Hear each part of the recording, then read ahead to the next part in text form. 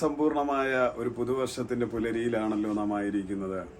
ഇന്ന് ചാനൽ വണ്ണിലൂടെ പ്രേ ടൈം കാണുന്ന എൻ്റെ എല്ലാ മാന്യ സഹോദരങ്ങൾക്കും ഹൃദയത്തിന്റെ ഭാഷയിലുള്ള സ്നേഹത്തെയും വന്ദനത്തെയും പുതുവർഷത്തിന്റെ എല്ലാ സമൃദ്ധിയെയും സന്തോഷത്തെയും അനുഗ്രഹങ്ങളെയും ക്രിസ്തുയേശുവിൽ ഞാൻ നിങ്ങൾക്ക് ആശംസിക്കുകയാണ്. എന്നെ കാണുന്ന എല്ലാ സഹോദരങ്ങളുടെയും ജീവിതം ഈ 2024 ക്രിസ്തുയേശുവോടുകൂടെ ജയോത്സവമായ ഒരു വർഷമായി തീരട്ടെ എന്ന് ഞാൻ ആഗ്രഹിക്കുകയും ആശംസിക്കുകയും ചെയ്യുന്നു. ഈ വർഷത്തിന്റെ പ്രാരംഭത്തിൽ ഒരു അനുഗ്രഹീതമായ വാഗ്ദത്ത വചനം പറഞ്ഞ് പ്രാർത്ഥിച്ചു. എനിക്കറിയാം, എൻ്റെ കൂടെ ഉള്ള എല്ലാ പ്രിയ സഹോദരങ്ങൾക്കും അത് ആമേൻ പറഞ്ഞ് സ്വീകരിച്ചു എന്ന് എനിക്കറിയാം. ഇന്ന് ആദ്യമായിട്ട് ആരെങ്കിലും ഇത് കാണുന്നെങ്കിൽ നിങ്ങൾ കൂടെ ആ വാഗ്ദത്തത്തെ ഞാൻ ഒരിക്കൽ കൂടി ഉരവിടുകയാണ്. സങ്കീർത്തനങ്ങളുടെ പുസ്തകം 65-ാം അധ്യായത്തിന്റെ 11-ാമത് വാക്യമാണ്. ചാപ്റ്റർ 65 വേർഡ്സ് 11 ആയിരുന്നു നമ്മളന്ന് സംസാരിച്ചിരുന്നത്. അതിനകത്ത് ഒളിഞ്ഞു കിടക്കുന്ന ഒരു വലിയ അനുഗ്രഹത്തിന്റെ നിറവിനെ കാണുക എന്നുള്ളതായിരുന്നു ആ വചനം ഉച്ചരിക്കുമ്പോൾ എൻ്റെ ഹൃദയത്തിലുണ്ടായിരുന്നത്. അത് സ്വതന്ത്രം എത്രത്തോളം പൂർണ്ണമായ അളവിൽ എനിക്ക് എല്ലാ പ്രിയപ്പെട്ടവരിലേക്കും പകരുവാൻ കഴിഞ്ഞു എന്ന് എനിക്കറിയില്ല. എങ്കിലും ആ വചനത്തെ കണ്ണുമടച്ച് നിഷ്കളങ്കമായ ഒരു കുഞ്ഞിനെ പോലെ വിശ്വസിക്കുന്ന നിങ്ങളുടെ ജീവിതത്തിൽ ആ വചനത്തിന്റെ ആഴങ്ങളും പൊരുളുകളും അതിന്റെ അർത്ഥപൂർണതയോടെ നിങ്ങളുടെ ജീവിതത്തിൽ വെളിപ്പെടും എന്നതിന് യാതൊരു തർക്കവുമില്ല. 2024 കർത്താവ് നമ്മുടെ ജീവിതത്തെ മനോഹരമാക്കും, അലങ്കരിക്കും എന്നതിന് യാതൊരു സംശയവുമില്ല. പലപ്പോഴും ഓരോ വർഷങ്ങൾ തുടങ്ങുമ്പോഴും വലിയ പ്രതീക്ഷകളോടെയൊക്കെയാണ് തുടങ്ങുന്നത്. ആ വർഷങ്ങളിൽ സ്വതന്ത്രം പല കാര്യങ്ങളും നമുക്ക് സാധ്യമാകാതെ വരുമ്പോൾ നാം നിരാശപ്പെടാറുണ്ട് സ്വതന്ത്രം. എന്നാൽ ഇന്ന് പകൽ ഞാൻ ഒരു കാര്യത്തിൽ ഉറപ്പ് നിങ്ങൾക്ക് തരാം. വാഗ്ദത്തങ്ങൾ കേട്ടെങ്കിലും പ്രാപിക്കാൻ കഴിയാതെ പോകുന്നത് സ്തോത്രം കർത്താവിൻ്റെ കൽപ്പനകളെ പ്രമാണിക്കാത്തത് കൊണ്ടും ദൈവഹിതപ്രകാരം ജീവിക്കാത്തത് കൊണ്ടുമാകാം സ്തോത്രം. അല്ലെങ്കിൽ ദൈവം അനുവദിക്കുന്ന ശോധനയിലൂടെ കടന്നു പോകുന്നത് കൊണ്ട് മാത്രമാകാം സ്തോത്രം. ഒരിക്കലും നമ്മുടെ നന്മകളെ മുടക്കുന്നവനല്ല ദൈവം. നമ്മൾ നന്മകൾ അനുഭവിക്കണമെന്ന് ആഗ്രഹിക്കുന്നവനാണ്. പലപ്പോഴും നമ്മളിൽ വ്യാപരിക്കുന്ന തിന്മയാണ് നമ്മുടെ അനുഗ്രഹങ്ങൾക്ക് തടസ്സമായി മാറുന്നത്. ഇനി 2023 നിങ്ങൾ എന്താണ് അനുഭവിച്ചതെന്ന് എനിക്കറിയില്ല. തിക്തതകൾ അനുഭവിച്ചായിരിക്കാം, നൊമ്പരങ്ങൾ അനുഭവിച്ചായിരിക്കാം, യാതനകളോ വേദനകളിലൂടെയൊക്കെ പോയായിരിക്കും. എന്നാൽ മറ്റു പലരുടെ ജീവിതം വളരെ അനുഗ്രഹവും ദൈവം നടത്തിയ അത്ഭുത വഴികളിലൂടെ നിറവാർന്ന സാക്ഷ്യങ്ങളുമുള്ള വർഷങ്ങളായിരുന്നു. അവർ പലരും നമ്മുടെ പ്രിയപ്പെട്ടവരൊക്കെ സാക്ഷ്യങ്ങൾ പറഞ്ഞപ്പോൾ ഒരുപാട് നൊമ്പരങ്ങളിലൂടെയൊക്കെ കടന്നെങ്കിലും ദൈവം അനുഗ്രഹവും ഐശ്വര്യ സമ്പൂർണവുമായിരുന്നു 2023 എന്ന് പറയുന്നത്. ഏറ്റവും വലിയ നന്മ എന്ന് പറയുന്നത് ആയുസ്സോടെ 2024 പുലരി കാണുവാൻ നിങ്ങൾക്കും എനിക്കും സാധിച്ചു എന്നുള്ളതാണ് ഏറ്റവും വലിയ നന്മ എന്ന് പറയുന്ന അനുഗ്രഹം എന്ന് പറയുന്നത്. അതിന് നമുക്ക് ദൈവത്തെ മഹത്വപ്പെടുത്താതിരിക്കാൻ കഴിയത്തില്ല. 2024 നമുക്ക് കാണുവാൻ ദൈവം അവസരം ഒരുക്കിയല്ലോ. കഴിഞ്ഞ കാലങ്ങളിൽ കടന്നു വന്ന മഹാമാരി കോവിഡ് നിമിത്തം ലക്ഷോപലക്ഷം ജനമാണ് ഭൂമിയിൽ നിന്ന് തുടച്ചു നീക്കപ്പെട്ടത്. എന്നാൽ ഇപ്പോഴും കോവിഡിന്റെ അലകൾ കേരളത്തിൽ ഇന്നലെ 1700 പരം ആൾക്കാരാണ് കോവിഡ് ബാധിതരെന്ന് പറയുന്നത് കേട്ടു. സ്വതന്ത്രം അങ്ങനെ ലോകരാജ്യങ്ങളിൽ ഇപ്പോഴും കോവിഡിന്റെ അലകൾ അടിക്കുന്നുണ്ട്. അതിനിടയിലുമൊക്കെ പല പ്രകൃതിക്ഷോഭങ്ങൾ, പ്രകൃതി ദുരന്തങ്ങൾ, സ്തോത്രം മാരക രോഗങ്ങൾ, അങ്ങനെ വ്യത്യസ്തമായ നിലകളിലൊക്കെ മനുഷ്യ ജീവിതങ്ങൾ പൊലിഞ്ഞു പോയിക്കൊണ്ട് ആക്സിഡന്റുകളിലൊക്കെ സംഭവിക്കുന്നതിനിടയിൽ നമ്മളെ ഇന്നും ഐശ്വര്യമായും ആരോഗ്യത്തോടെയും ദൈവം നിലനിർത്തി കാത്തു പരിപാലിച്ചല്ലോ. എന്നെ കേൾക്കുന്നതിൽ ചിലർക്കൊക്കെ ഈ കഴിഞ്ഞ ദിവസങ്ങളിൽ കോവിഡുകളൊക്കെ വന്നു. ദൈവം അനർത്ഥം വ്യസനഹേതുവാകാതെ നിങ്ങളെയും സംരക്ഷിച്ചല്ലോ. പറഞ്ഞാൽ എണ്ണിയാൽ കൂടാത്ത ഒരുപാട് കാര്യങ്ങൾ നമുക്ക് ദൈവസന്നിധിയിൽ പറയാനുണ്ട്. നമ്മളെക്കാൾ ആരോഗ്യമുള്ളവരും നമ്മളെക്കാൾ കഴിവുള്ളവരും മികവുള്ളവരും ഒക്കെ കഴിഞ്ഞ ദിവസങ്ങളിൽ നമ്മളിൽ നിന്ന് വിടവാങ്ങിപ്പോയി. എന്നിട്ടും നാമെ ശേഷിപ്പിച്ചിരിക്കുന്നത് ദൈവത്തിൻ്റെ മഹത്വമാണ്. ദൈവത്തിൻ്റെ മഹത്വം വർണ്ണിക്കാനാണ്. ദൈവം ഒരിക്കൽ കൂടി നമുക്ക് അവസരം തന്നിരിക്കുകയാണ്. ഒരു ദിനം കൂടി, ഒരു വർഷം കൂടി നമുക്ക് നൽകുകയാണ്. അതെ, ക്രിസ്തുവിൽ നിനക്കൊന്ന് ചേർന്ന് വസിക്കുവാനും ക്രിസ്തുവിനെ ഉയർത്തുവാനും ക്രിസ്തുവിൻ്റെ നാമത്തിൻ്റെ സൽകീർത്തിയായി തീരുവാനും കർത്താവ് നമ്മളെപ്പറ്റി ആഗ്രഹിക്കുന്നത് കൊണ്ടാണ് നമുക്കത് നൽകിയത്.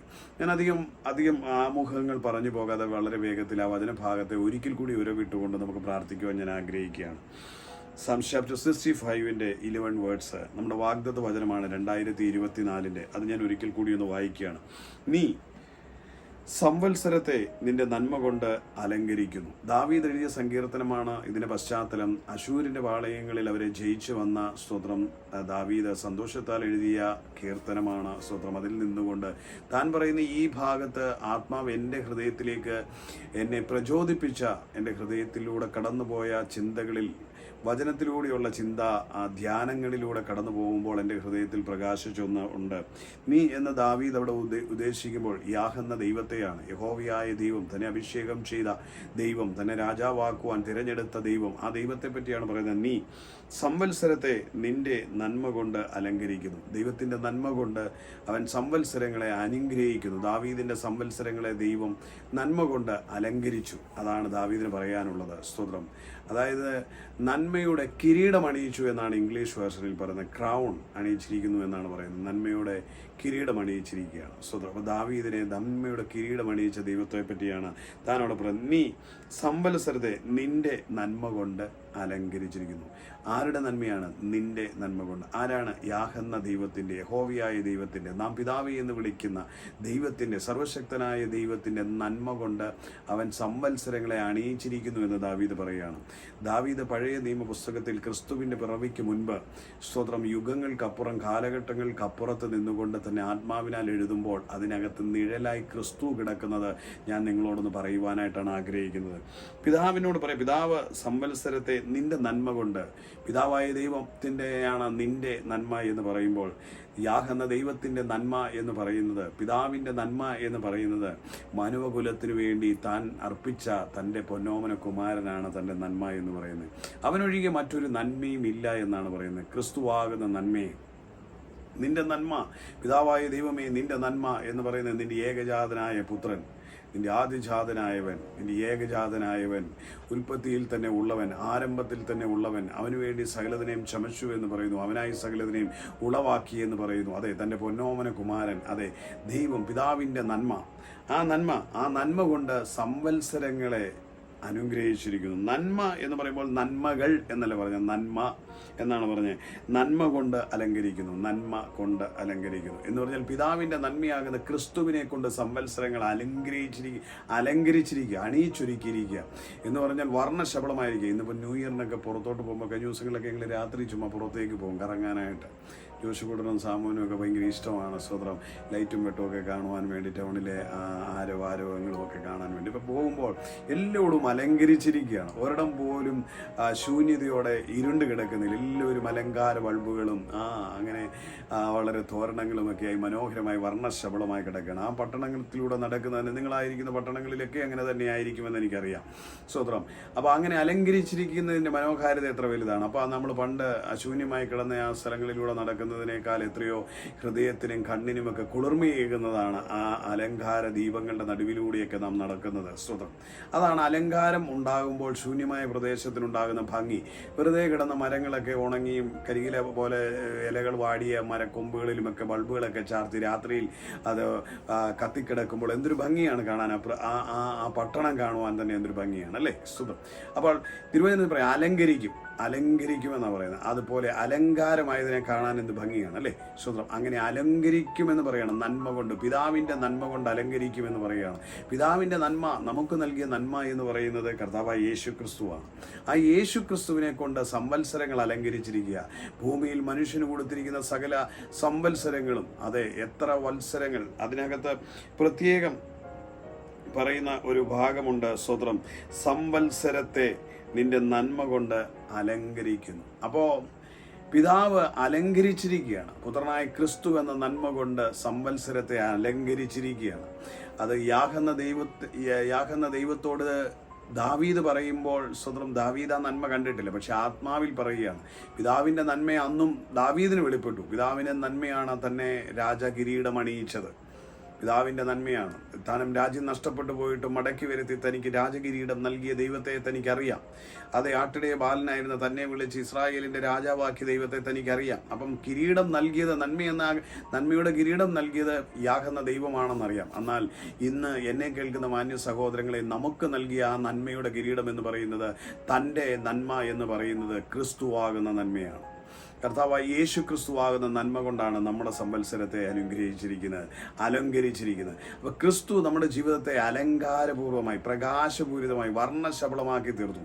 ക്രിസ്തുവിലായ നിന്റെ ജീവിതം ഇരുട്ട് മാറി വർണ്ണശബളമായി തീരുന്നു എന്ന് അതിൻ്റെ അർത്ഥം, പ്രിയമുള്ളവരെ. അതായത് നമ്മുടെ നന്മ എന്ന് പറയുന്ന ക്രിസ്തുവാണ്. ആ ക്രിസ്തു എന്ന് പറയുന്ന ലോകത്തിൻ്റെ പ്രകാശമാണ്, ലോകത്തിൻ്റെ വെളിച്ചമാണ്. കർത്താവ് നമ്മുടെ ഉള്ളിലേക്ക് വരുമ്പോൾ സ്വതന്ത്രം നമ്മളുടെ ഇരുൾ മാറി പ്രകാശിക്കുന്ന ഒരു അനുഭവത്തിലേക്കാണ് നാം മാറുന്നത്. ഇരുളുകൾ മാറി വർണ്ണശബളമായി അലങ്കാരപൂരിതമായ ഒരു അനുഭവത്തിലേക്ക് നാം മാറുകയാണ്. അത് ദുരിതങ്ങളുടെയും ദുഃഖങ്ങളുടെയും ഏകാന്തതയുടെയും ഇരുൾമൂണ്ട താഴ്വരകളിൽ നിന്ന് നീ പ്രഭാപൂരിതമായ ഒരു കാലഘട്ടത്തിലേക്ക് മാറ്റപ്പെടുകയാണ് 2024 എന്ന് പറയുന്നത്. ക്രിസ്തുവാകുന്ന നന്മയാൽ അലങ്കൃതമായത്, ക്രിസ്തുവിനെ കൊണ്ട് അലങ്കരിക്കപ്പെട്ട നിന്റെ ജീവിതം എങ്ങനെയാ? പ്രഭാപൂരിതമാണ്, പ്രകാശപൂരിതമാണ്, ദീപാലങ്കാരങ്ങളോട് കൂടിയതാണ്. അത് ഇരുട്ടുള്ളതല്ല, അത് വെളിച്ചം നൽകുന്നതാണ്. വെളിച്ചമുണ്ടെങ്കിൽ അത് പ്രഭ വരുത്തുന്നതാണ്. ആ വെളിച്ചത്തിൽ സകല ഐശ്വര്യങ്ങളുമുണ്ട് അല്ലേ? സ്വതം. അപ്പൊ ക്രിസ്തുവിനെ കൊണ്ട് അലങ്കരിക്കപ്പെട്ട പുതുവർഷമാണ്. ക്രിസ്തുവിനെ രക്ഷകനും കർത്താവുമായി സ്വീകരിച്ച നിങ്ങളുടെയും എൻ്റെ ജീവിതം അലങ്കാര സംവത്സരം അലങ്കരിക്കപ്പെട്ടിരിക്കുകയാണ് ക്രിസ്തുവിനെ കൊണ്ട്.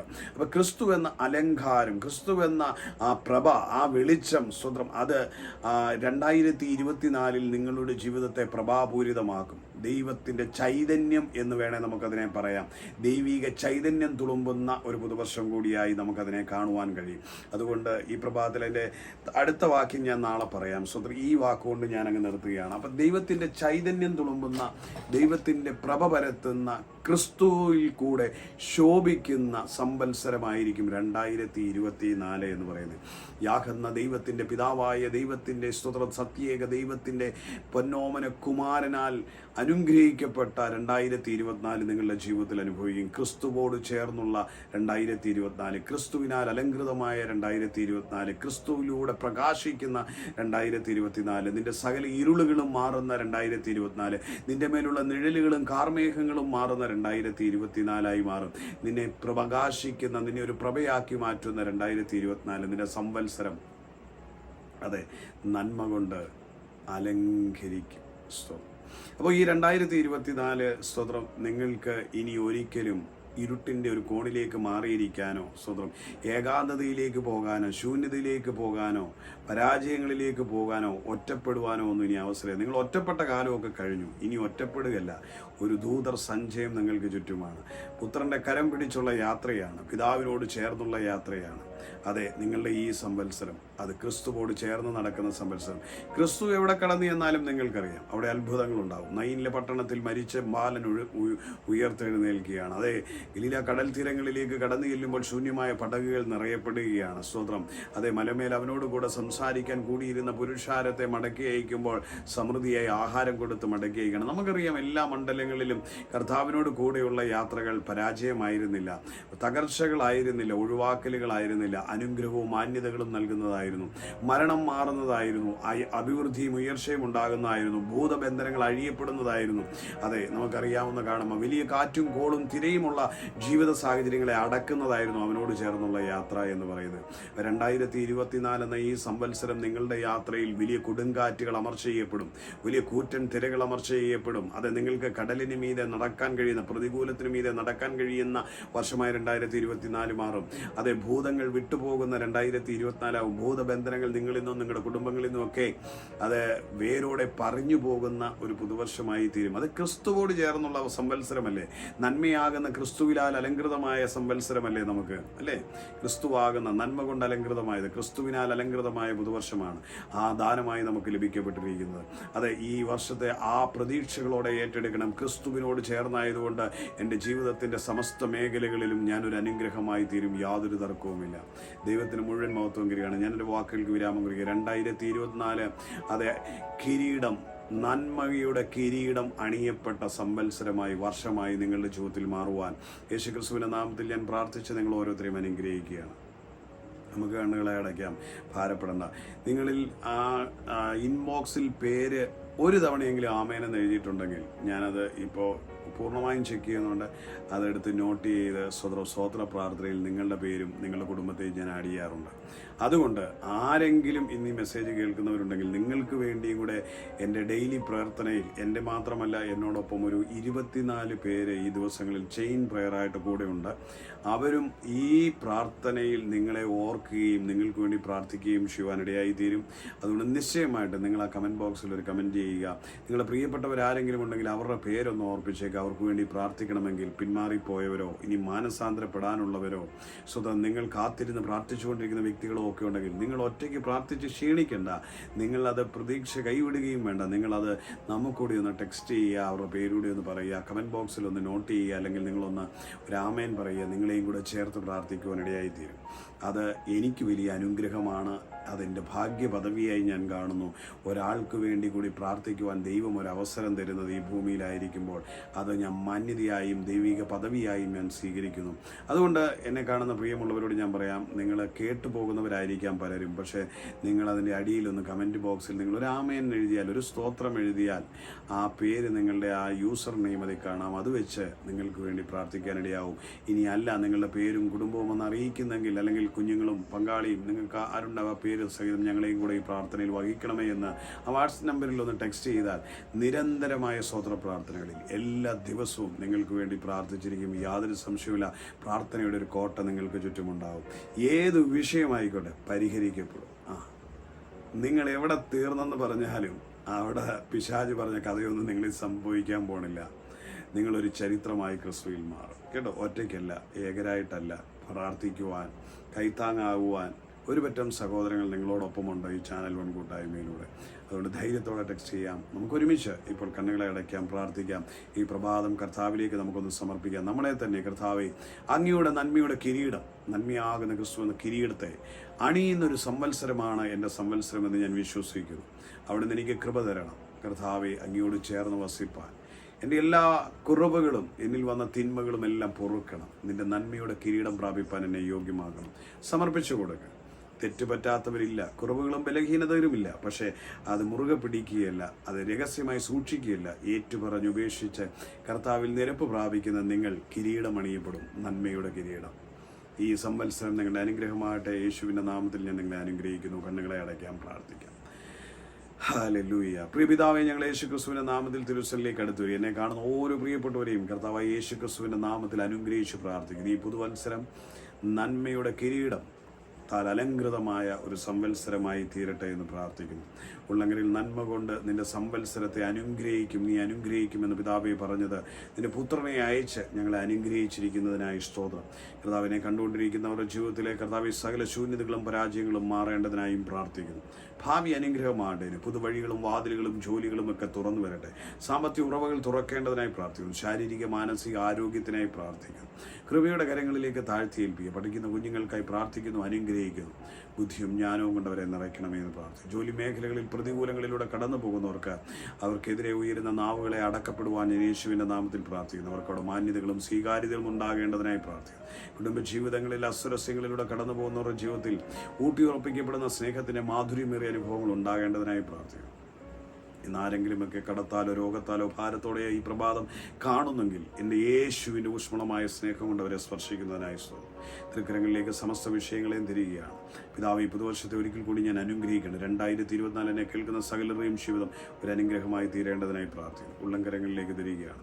പിതാവ്, ഞങ്ങളുടെ പ്രാർത്ഥനകളെ കൈക്കൊണ്ടിരിക്കുന്നതിനായി നന്ദി. യേശു ക്രിസ്തുവിൻ്റെ ധന്യമുള്ള നാമത്തിൽ തന്നെ. ആമേൻ, ആമേൻ, ആമേൻ.